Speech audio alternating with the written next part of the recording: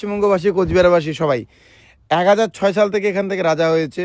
এবং এখানে এই যে রাজা আছে, এই রাজা হচ্ছে এখনকার রাজা। এবং এখানে দেখো মহারানী গায়ত্রী দেবী হচ্ছে আমাদের কোচবিহারের মহারাজার মেয়ে। গায়ত্রী দেবী নাম শুনেছেন সবাই। এই গায়ত্রী দেবী এখানকার রাজাকে বিয়ে করেছে। সেই রাজা হচ্ছে 1922 সালের। এই যে মহারানী গায়ত্রী দেবী, এখানকার মহারানী, যেহেতু এখানকার রাজা এনাকে বিয়ে করেছে। ওকে, সাইমান কি সাইমান।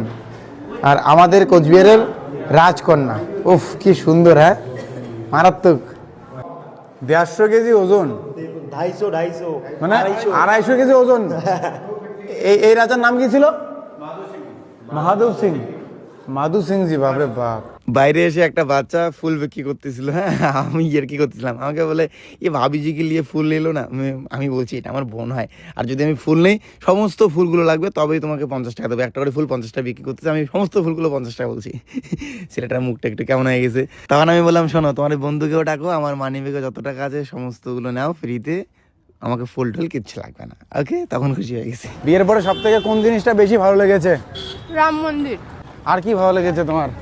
আর হচ্ছে তুমি যে আমার বিয়ে যে সোনার গিফট করছিল, ওটা যে তোমার অসহায় মানুষকে দিতে বলছো, ওটা সব থেকে বেশি ভালো লাগছে আমার। তা তুমি বিয়ের সোনার গিফট দামি না দিয়ে ছোট একটা দিলে কেন, আংটি? আর ভাবে গিফট তো আমার কাছে ওই রকমই পড়ছে না গাইস, এটা হচ্ছে কম দামি। যখন আমার দেওয়ার ইয়ে থাকবে তখন আমি নিয়েছে। নিয়ে তখন আমি দিব। কি কবিতর কবিতর। তো রাজস্থানের এই সিটি প্লেসে আমরা মেহেঙ্গা জায়গা, যেটা দামি জায়গা, সেটা ঢুকতে পারলাম না। তো রাজস্থানের সিটি প্লেসের রয়্যাল জায়গাটা, মানে আসল জায়গাটা ঢুকতে পারলাম না, যেখানে 4000 টাকা করে পার্টির টিকিট। টাকা পয়সা নেই, তো যেটুকু থাকে ওইটুকু দিয়ে এনজয় করতে হয়, মন খারাপ করে লাভ নেই। একদিন আসবো, যেদিন টাকা হবে সেদিন পুরো ফ্যামিলিকে ওই রয়্যাল ট্যুরটা ঘোরাবো। রয়্যাল ট্যুর বলতে বস, রাজার ফ্যামিলি এই মুহূর্তে জীবিত আছে। হ্যাঁ, তো সেই ফ্যামিলি যেই বিল্ডিংয়ে থাকে ওই বিল্ডিংয়ে আমরা যেতে পারবো। ওইখানে খুব সুন্দর সুন্দর ডেকোরেশন করা আছে, সেখানে শুটিংও করতে পারবো খুব সুন্দর। চাইলে রাজার ফ্যামিলির সাথে মিট করা যাবে। আমাদের গাইড যে করেছে উনি বলছে 5 লাখ টাকা লাগবে।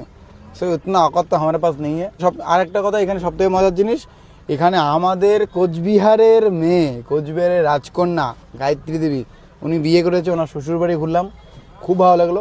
ওনার শ্বশুরবাড়ির পাশে মিউজিয়ামে ঘুরলাম, খুব ভালো লাগলো। পাশেই শ্বশুরবাড়ি। ভাই হাওয়া মহল বলে একটা জায়গা আছে, সেই জায়গাটা যেতে গিয়ে প্রসাদ নিলাম, প্রসাদ শেষ, তবুও আমরা 2 প্লেট নিলাম। আর ভাই বিশ্বাস করো, এত ভালো ব্যবহার রাজস্থানের লোকের, মানে সেই। বলো কেমন সুন্দর, আমার তো খুব ভালো লাগে গো।